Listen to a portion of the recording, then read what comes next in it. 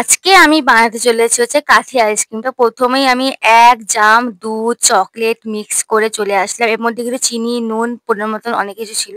তো খুব গরম লাগছিল সেজন্য আমি আর তখন দেখাচ্ছিলাম না। তো তারপরে পাখা চালিয়ে বসে পড়েছি। আইসক্রিমের যে কাঠিগুলো হয় সেগুলো কিন্তু তার মধ্যে আমি রাখবো। আর পুরো কিন্তু ভরাট হয়ে গেছে, নিচে পুরো পড়ে গেছিল। তো যাই হোক অনেক কষ্ট করে পরিষ্কার করে আমাকে বানাতে হয়েছে। তো প্রচন্ড গরম পড়ে গেছিল সেইজন্য আমার খুব ইচ্ছে করছিল বানাতে। দেখো, সত্যি বলতে মেয়েদের আইসক্রিম আর চকলেট কিন্তু দারুণ লাগে, বিশেষ করে মেয়েদের আইসক্রিম আর চকলেট ছাড়া চলে না। তো যাই হোক আমার কিন্তু আইসক্রিম পুরো রেডি, তোমরা দেখতেই আইসক্রিম। আর আমার মা এদিকে আমাকে খুব বলছে সব পরিষ্কার করবি। তো যাই হোক আমার কিন্তু পুরো রেডি, আমার ফ্রিজে আমি রাখবো। নিউ নিউ টেকনিক আইসক্রিম, বাদাম দিতেও লাগে। তো চলো জমানো যাক।